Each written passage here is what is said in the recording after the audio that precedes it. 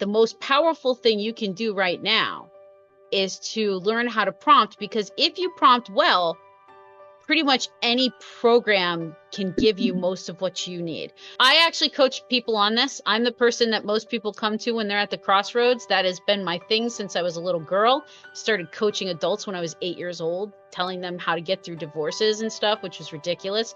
But I do that. And now I have a process where I have certain things that I take my clients through.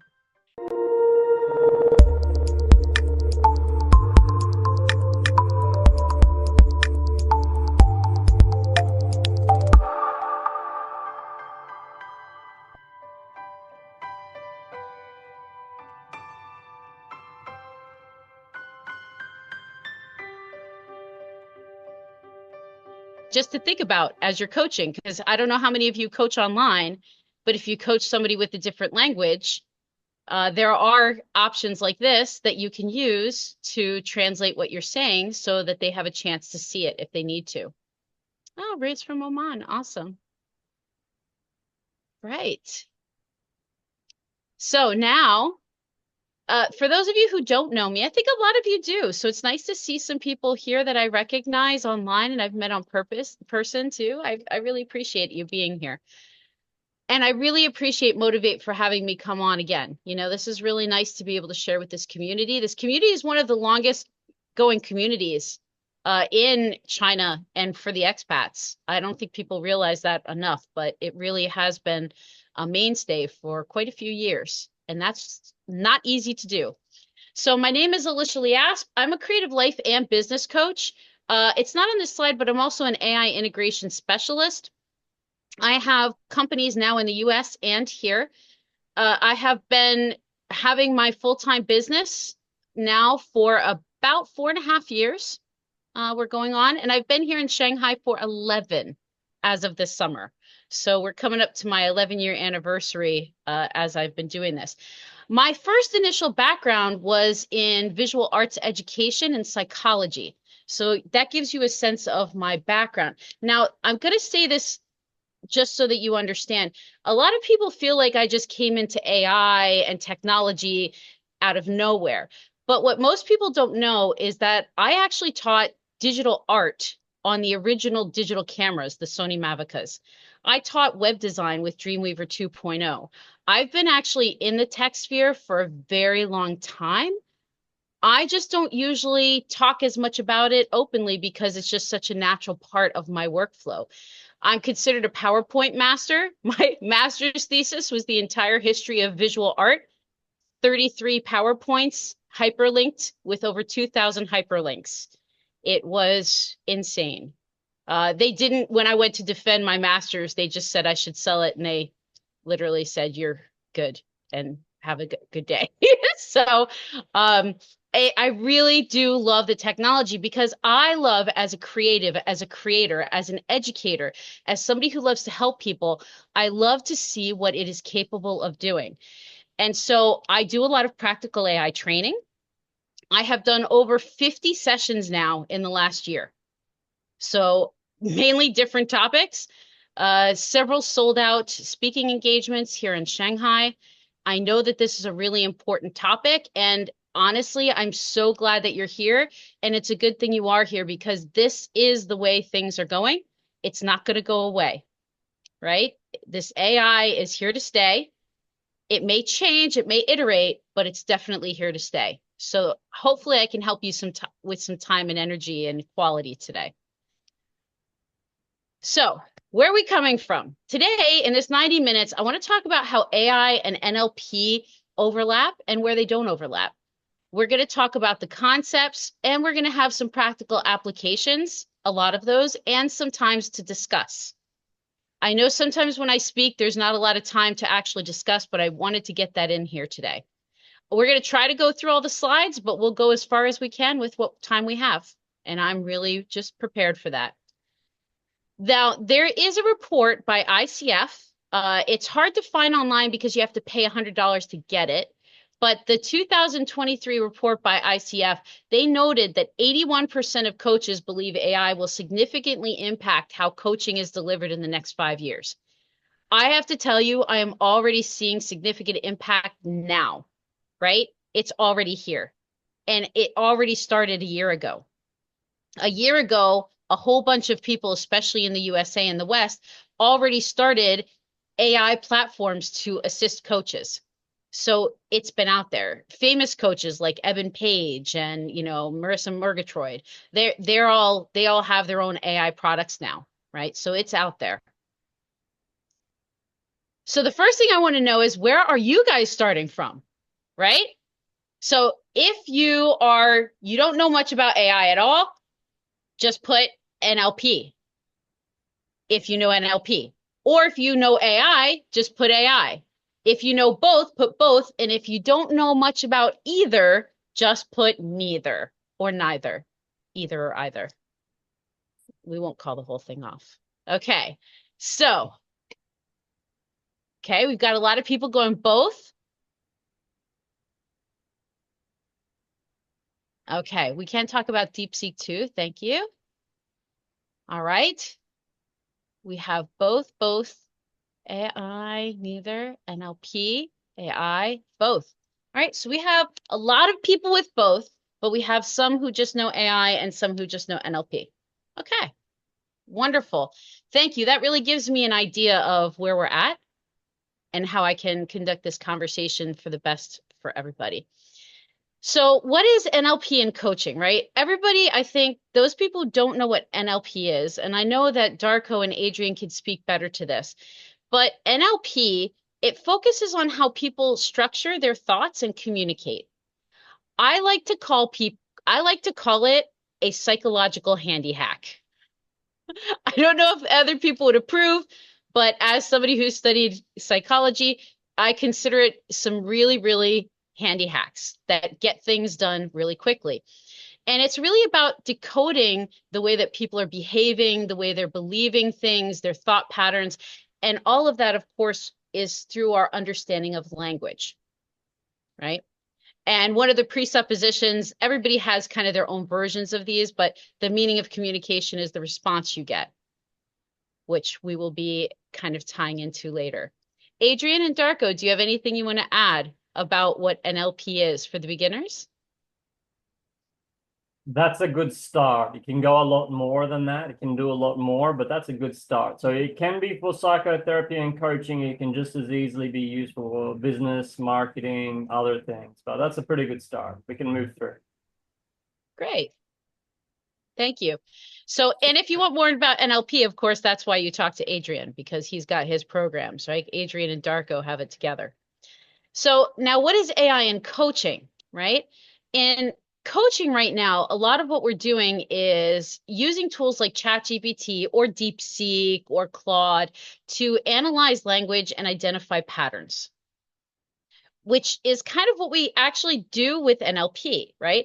We also use it for content creation. So whether that is making stuff for social media, but it doesn't have to be social media. I know I always have some people who hate social media. Some people love it. Some people are scared of it. Sometimes it's writing a blog. Sometimes it's actually just making content for your clients. All of this can be done with AI. And most people I talk to say that using AI helps them to be more productive. I have yet to have one client who's come back and said that the AI either didn't help them or made things worse. None of them. Of the hundreds, none of them have come back and said that to me. So here's what I love. Where do AI and NLP intersect? Now, I'm going to give you the easiest way I can to explain how these AI models work. All right. And this is something that I saw once that AI expert did online. So here's what I want to say. I'm going to put a phrase into the chat and I'm going to say it. I love to talk about nature because it is. Now, I want you all to write down what you think the next word would be. I love to talk about nature because it is, and then go ahead and type it in the chat. What do you think the next word is? The one that comes to your mind.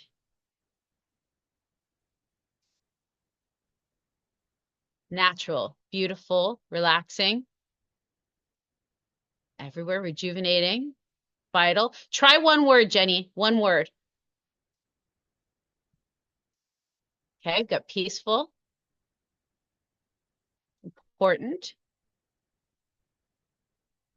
Okay. Anybody else? Essential, soothing. So we notice a couple of patterns coming up, right? We see peaceful, like the ideas around peaceful. We see ideas around essential, and we also see ideas around beautiful. Now, the word that was used the most was beautiful. So if I was I would make the next word beautiful.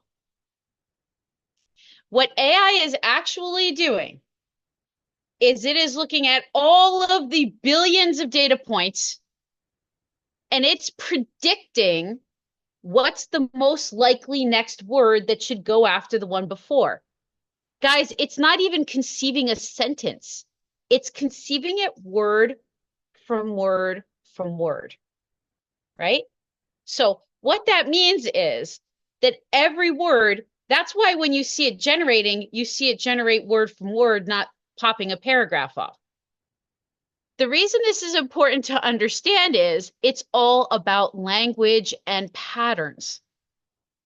The AI has trained on all of these articles, which is why OpenAI is being sued, right? And there's all of these different sources, and it's saying, okay, 1 million times out of, 5 million, it's saying that the next word is nature is beautiful. So then it says beautiful. Okay. There is a lot of more information that goes beyond this, but I want to make it simple for today, right? I don't ever like to do too much tech speak because I think it's unnecessary for what we need to do. I like to be practical, but you need to have an understanding that this is a language. That's why they call it LLM, right? And learning models, language learning models. And what we're doing in NLP is also based in language. So when we are actually analyzing somebody, when we're working in coaching, we're looking at their patterns, the way they're speaking, the words they're using. AI is doing the generative AI is doing the same thing. Now, the other thing is human communication. Ironically, you might think that AI is much worse at this than people. However, I have a lot of friends who prefer talking to their AI now more than people because AI has been trained the ways to properly and kindly and empathetically speak with people. So if you speak with AI or you type something and you say, this is an issue I'm facing, it'll usually start by saying, I'm so sorry to hear that you have this challenge. How can I support you? How can I help you? Right? And this is something else because this is a human communication and the AI has been trained to do that as hopefully as coaches we have been too. And then you have to understand that when we are coaching, we are also creating language. So this is the language processing, right? We process that language and then we respond, which is why we went back to that quote in the beginning, is that the communication is about the responses that are coming back and forth.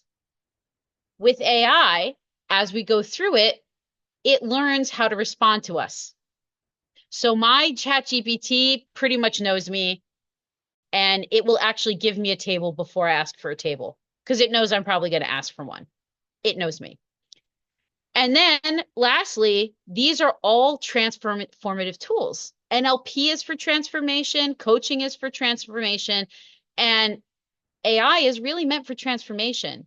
The intent by most of these creators is really from a place of making things either easier for people or helping to advance the human race. I know there's a lot of different views on that, but I think for most of them, that is what they're going for. So if we can use AI and NLP together, then we can actually amplify what we're doing and we can really create better quality. And that's what I have found with my coaching and my practice is I've been able to be tons more productive and a lot more effective. And I'm going to show you some ways we do that. So here are some of the conceptual parallels between AI and NLP, right? The language patterns, the aim to transform, to shift perspective and behavior, and to try to surface what's underneath our language. For coaches, it's limiting beliefs, but honestly, AI is always asking questions. Do you notice that? You put in a thing and it asks you for something. Would you like this next? It's trying to help you to figure out what you like even before you say it. And we're kind of doing the same sometimes with our questioning, right? So at this point, where do you see overlap? Is there something I'm missing? Or are you having any aha moments already where you're like, oh, this is similar, this isn't? Realizing, of course, that we're just human beings and we can only take in so much data at a time. Whereas these models have ChatGPT is still the one that's trained on the most data, even more than DeepSeek. And we're talking over 570 gigabytes of text. So more than reading a million books, right? So anybody who has a thought, you can also raise your hand. What are you seeing Yeah, here? Where do you I, see I want overlap? to I want to throw in that one of the challenges we have as coaches is our client is talking and there might be so much words and we can only process, as you just said, as I thought about it, you said, our conscious mind is limited. So, if we're listening to modal operators or if we're listening to specific language patterns, whatever we pay attention to, we might be deleting the most. So ChatGPT has this amazing advantage of being able to analyze the language for us. Yes. And most of the times it's accurate, right? It still has some moments where it doesn't get it right, but it does have those moments. It gives a better assessment of what process might be best for a client. Yes, absolutely, Jay. I know that Jay was in my AI for coaching and we talked a little bit about this. I have actually had this happen. I'll give you guys some stories as we go. What else? Anybody else have any insights? Oh, sorry, Maybe one some of more you thing. guys are using it. One more thing. The NLP aspect, ChatGPT used to share some NLP, and if you ask ChatGPT how to do anchoring, it would give you a specific solution. And last year, that solution wasn't that good. But ChatGPT has changed its sources a little bit. So with NLP, ChatGPT is often referencing the NLP graduate certificate program. That's the lineage of NLP that ARMS went through 7, 8 years ago, and we've all been trained in. So there's a website, nlp.edu, as in Education Australia, and it's one of the only fully authorized courses and most comprehensive, and Chat is now using that. It's using the real, it's not using just random websites. So it's a big improvement. Well, that explains it because when I've used it, it has been pretty spot on for NLP. So here's the first parallel, right? Language shapes thought and behavior. So we're going to kind of compare and contrast. NLP is decoding how people speak and think to influence change, right? AI, right, like ChatGPT or DeepSeek or Claude, they're trained on these massive data sets to mimic and respond to human communication. So again, the intent is similar but a little different, right? One is we're supposed to help to facilitate change. AI is not actually trained to change people. As a matter of fact, they're really trying not to do that because they're a little scared of what AI can do. So you're not going to see it have the exact same things as a human. It's not going to replace us in this way at this point, right? Both of these tools are going to help us to actually understand the words that are happening and respond more precisely, right? So for example, you can have an example, and this is a prompt. Analyze this client statement and suggest NLP style reframing. Like, I'm terrible at managing my time.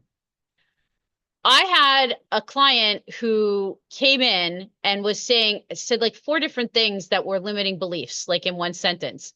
And I have a little bit of rapport with her. And I said, if you could please pause the litany of limiting beliefs for a second so that we can kind of figure out where that's coming from first, we can move on. And she started laughing, right? And then I said, if you don't mind, and this person knows AI a little bit too. And I said, let's go, let's go. Do you mind? We went to AI, did some reframing, and just it was like that. Now, yes, I could have had her figure it out, or I could have led her to reframe it. I definitely could, and it is valid. And people do need to know how to do that on their own. But if you have somebody who kind of knows how to do it on their own, but they want their results faster, you can get suggestions that will help to broaden the way that you are reframing things. It will give you some brainstormed options, and then you create your own from it, right? And so you guys can think of what's one phrase your clients say often that could be transformed through the language, right? Jenny, go ahead. You have a question? Yes, I use this also with a client just recently. She had some difficulties finding out what she really wanted to do after her medical studies. And I tapped in and I used it, but I wanted to know how can I narrow it down a little bit more? Which tool would be better for me to use to narrow it down a little bit more to center in on her particular need? So I've been using it, but I need to know some specific tools. Maybe you'll get there in a little while, right, We Alysia? will we will get there, but honestly, what matters more than the tool is your prompting. And the problem Yeah. now is that so many people are inundated with tools, and they're taught like Claude and Poe and all of these things are going to solve, or Manus, which I have now, that they're all going to solve all your problems. But honestly, if you can't prompt properly, then it's hard. And one of the problems that I've had is that there's a lot of coaches and a lot of business people that are creating mini programs or GPTs or agents for people. And while that's useful, it's kind of like creating a program. What it's allowing is a lot of people to never learn how to prompt. And so then they're becoming dependent on other people prompting for them in these agents. So I would caution people on that and say that the most powerful thing you can do right now is to learn how to prompt, because if you prompt well, pretty much any program can give you most of what you need. I will also say that the more data that you put in, the better it is, right? So if it's just one statement that you put in there, it's going to be tougher, but the more context you give, the better it's going to narrow in on a precise answer. Yes. Good. Thank you. All right. Yeah. Okay. Yep. Question for later, how to find my life purpose.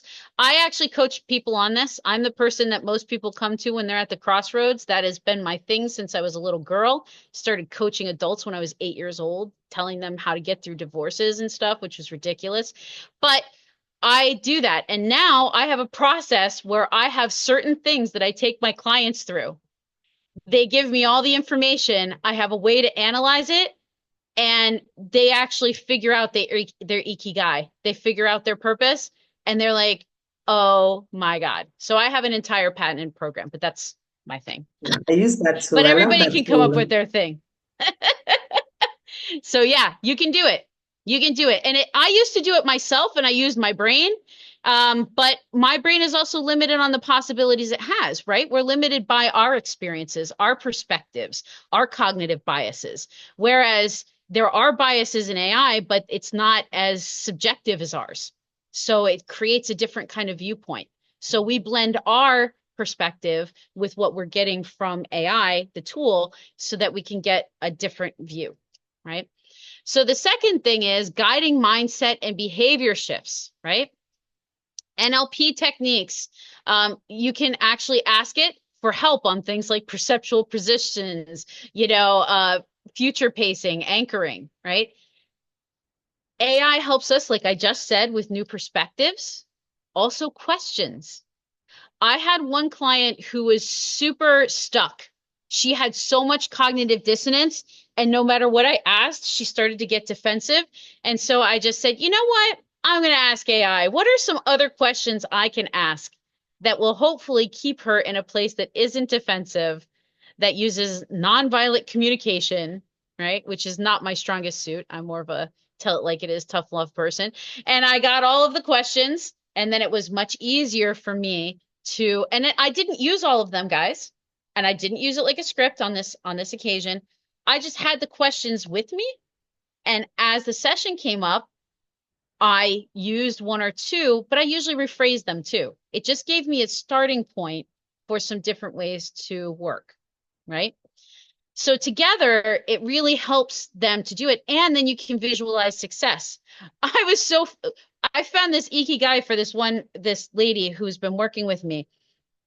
And after we found it, ChatGPT was like, would you like to have a visual map of her ikigai? And I'm like, and we were both looking at the screen, and she looked at me like, is this possible? And I'm like, sure. And it created this beautiful map of her ikigai and all of her stuff. And now she's got this beautiful visual, and it happened in 5 seconds, where if I would have done it with her, it would have taken 1 to 2 hours, which is expensive for them, expensive for us. And so it's just another way of thinking.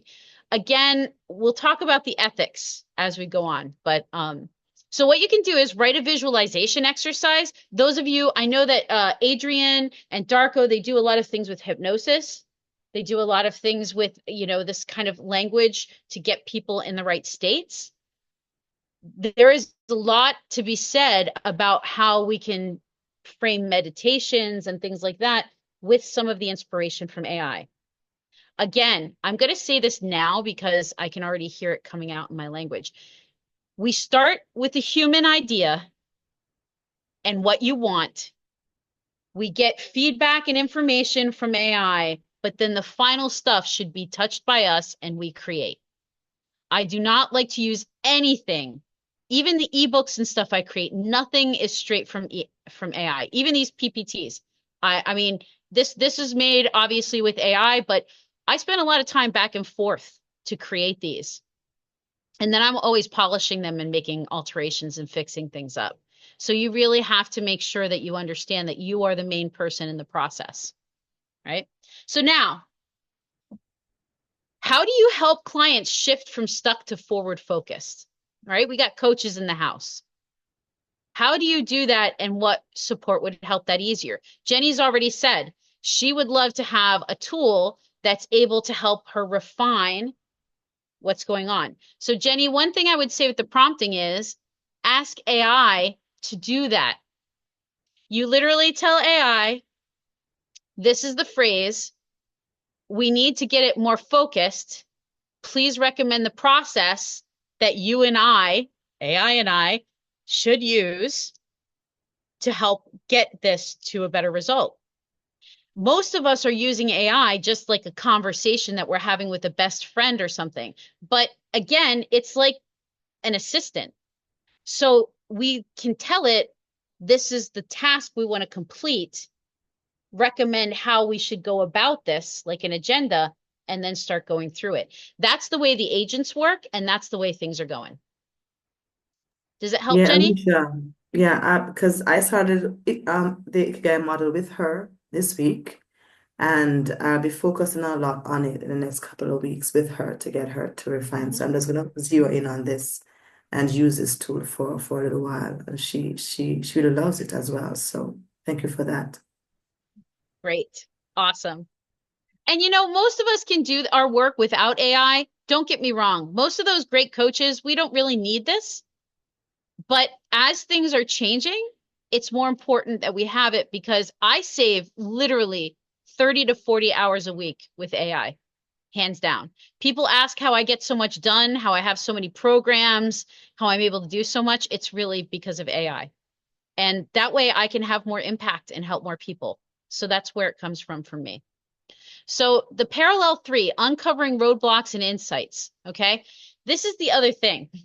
NLP identifies the language clues to limiting beliefs because it knows it. It knows language better than we do, right?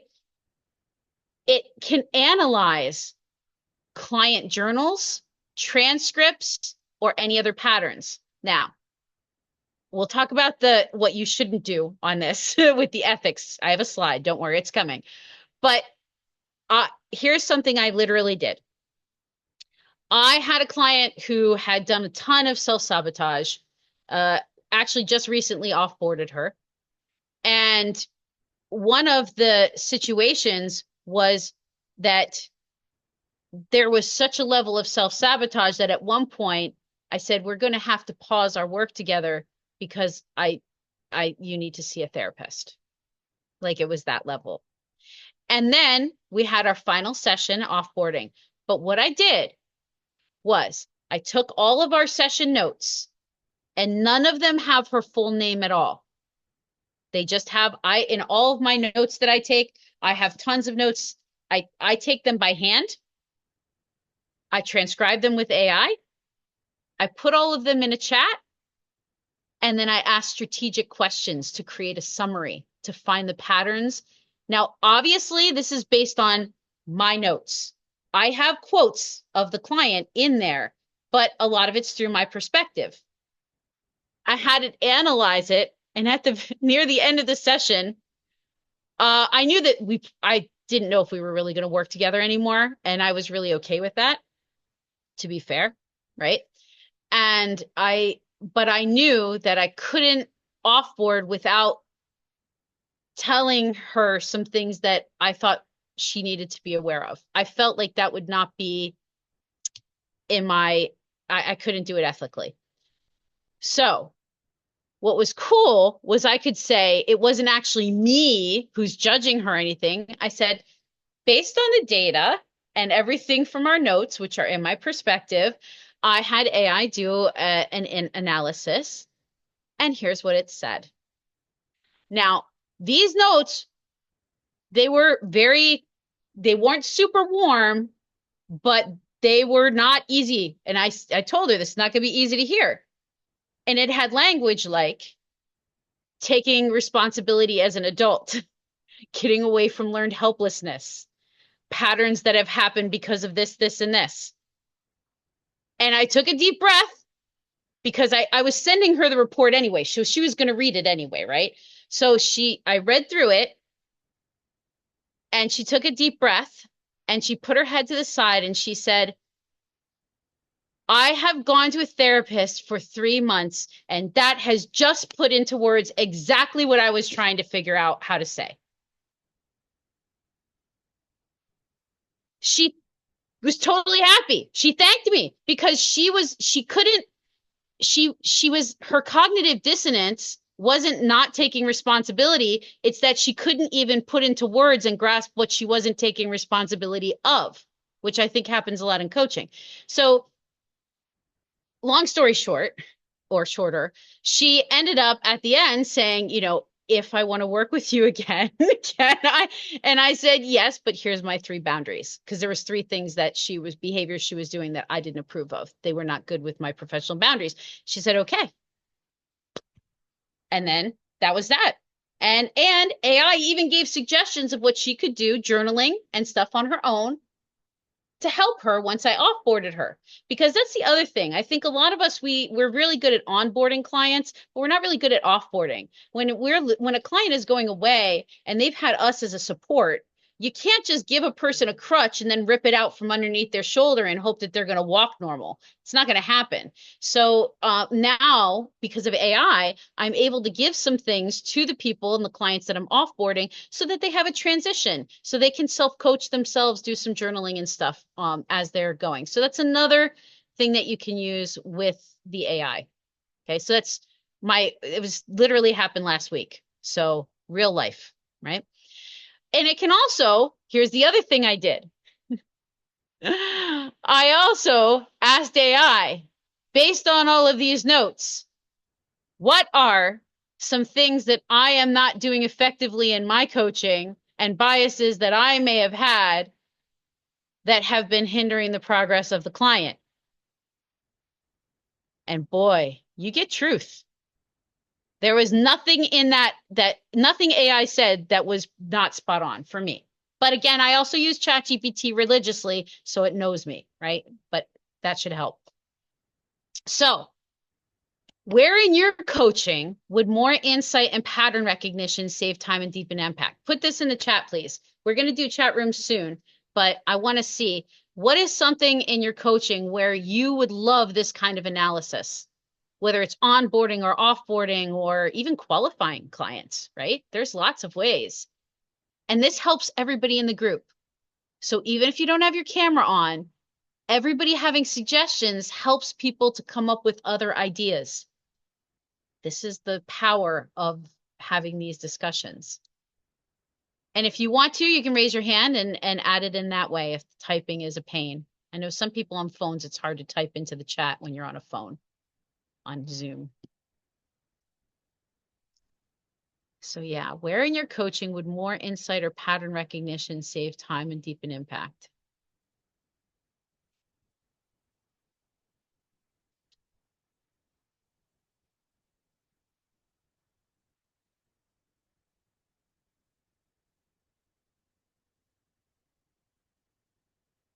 Answer, Was Harold.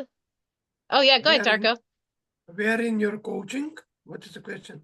To write. Yeah, sure. Where in your coaching practice do you think at any point or any kind of thing that you're doing in coaching, do you think that having this kind of insight or pattern recognition faster could actually help you to do a better job, right? So yeah, An says intake phase. Exactly. I agree with that as well. When I am getting a new client now, I'm using AI to help me to come up with the coaching plan, or which of course changes. Let's be honest. We make a coaching plan and that thing freaking changes after the first day, but you at least have somewhere that you're starting, right? Jay? Yeah, Alicia, I've used it as we've spoken about before to look at planning, and I just went back and found what I'd used previously as an example, and I'll go through it a bit later without covering all. But the best thing is when I have a thought about analysis after making my notes, and I go with that. I'm going to do whatever based on the client did this. It's incredible. It makes the thought process work better. Oh, I didn't think of that. Is there that possibility? And it gives suggestions, which I think just one example was depending on the individual's specific responses, which it talks about to the suggestions, combining these or tailoring them with NLP principles will be the most effective strategy, or something, or can be the most effective strategy. And then it asks, would I like a detailed step-by-step guide on any of the processes? So we're getting to that. Yep, we're getting incredible. To that. That's coming. Yeah. Yes. Thank you. Yes, excellent. Thank you, Jay. That's a great insight. Exactly. And that's perfect. Thanks for helping to lead me into the next section of the talk. Adrian, reviewing your client files. Honestly, this really has helped me to be aware. And by the way, it's not just your coaching. A lot of people here, how many of you struggle sometimes with the business side of coaching? If you do, put a Y in there. And if you don't, just put an N, and then we'll all be like, congratulations, right? Right? Like, even myself, I'm a business development specialist. I'm helping people. I'm literally teaching a college course in social selling right now for French University. And all of these things, right? And even for me, it's not always the easiest thing. But here's something I did. Here's a little tip. It's not in your handout, so you have to take the notes. You type in, if you're using ChatGPT or DeepSeek, and it's one of the models that knows you, right? Because some of them learn you and some of them don't. I put into ChatGPT about, I think it was 6 months ago. Why am I not a millionaire yet? What am I doing wrong in my business that is keeping me from making more money? And boy, was it correct. It was super eye-opening. It was like, you have a pattern of doing this and you don't do this, and you do this, but you have a pattern of doing this. And I was like, wow. And I showed it to one or two of my other coaches who are, you know, my coaching mentors. You know, we all have those coaches. And they were like, oh, yeah, this is absolutely correctly. It's absolutely on point. But again, ChatGPT has a way of saying it so clearly and so bluntly. And the best thing is, guys, you can't get angry at it. Because, like, as a coach, if I say some of these things, the client may have an emotional reaction because they feel like it might be a personal judgment. If I'm using data, which is their language, and I have the model, it becomes what Adrian taught us is the third point. And that way, it's kind of making it not as personal, and then they don't get as angry. I have offboarded 3 clients in the last week. The 3 clients that were causing, that were not aligned, let's put it that way. And I offboarded all of them this last week. And every single one of them, I did this process, and every single one of them wants to continue working with me, which is really the opposite of what I was trying to do. But they all realized what they wanted. And then I was very clear, these are the boundaries of how we would move forward. And then it was learning for them, right? So it's something to, you know, take into your consideration as you're going forward. So here's some other stuff. What they have in common is that NLP analyzes how language influences thinking, but LLMs are trained to understand and generate the language. They still want to understand it, but again, LLMs are not really supposed to be influencing anything. They're just supposed to be doing what they're told. Both aim to shift the thinking and behavior in some way. NLP is reprogramming the patterns, but AI is supposed to, this is the only way they're supposed to influence us, is to open us up to information and new things, which is why AI is so brilliant with brainstorming, or like Jay said, when you're trying to create an understanding of what kind of things you can use with a client, what strategies. Both of them support coaching goals, right? NLP is going to help us to decode and guide clients through the processes, but AI can help us with those processes. How do we scale, script, and personalize? Guys, the personalization factor is the most important thing. And here's the differences. I told you guys I love me a table, right? So here's the differences between NLP and Gen AI, right? NLP is a psychological model, whereas generative AI is fully language, right? The purpose of NLP is to understand and shift behavior. The LLM is supposed to predict and generate human-like language. A little different. Human-to-human interaction versus human to AI, which is basically good for ideas, drafting, and support. NLP personalizes based on our observation, our rapport with the client, and our intuition. And ladies and gentlemen, if you want to keep your job as a coach in the next 10 years, these are the things you're going to have, because right now, AI can't really do those. It's probably never going to achieve intuition. It is getting to the point where they're doing observation. They have AI now that's being trained to observe people's physical characteristics and be able to analyze them. It's already there. They just haven't fully released it for easy consumption. But that rapport, that energy between you and the client, and that intuition is something that it can't do. That's the EQ.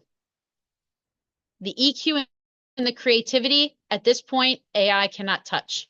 So if you want job security, focus some energy in developing those. And also, you have the flip side where AI is only going to give you back what you put into it. So I always say this, couple of things. First of all, when you are talking to AI, it's like you are talking to a super genius 8-year-old. Super genius 8-year-old, which means that if you talk too much, it's going to start ignoring you. Or it's going to start, and if you're not clear with an 8-year-old, if you ask the 8-year-old a question and you're not clear, what do?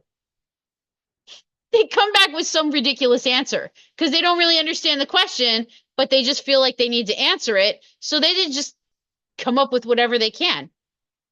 Same thing happens with AI. If you ask a really complicated question, you say to an 8-year-old, I would really like to know your thoughts on this and how it deals with this, and then how you feel about this because of this.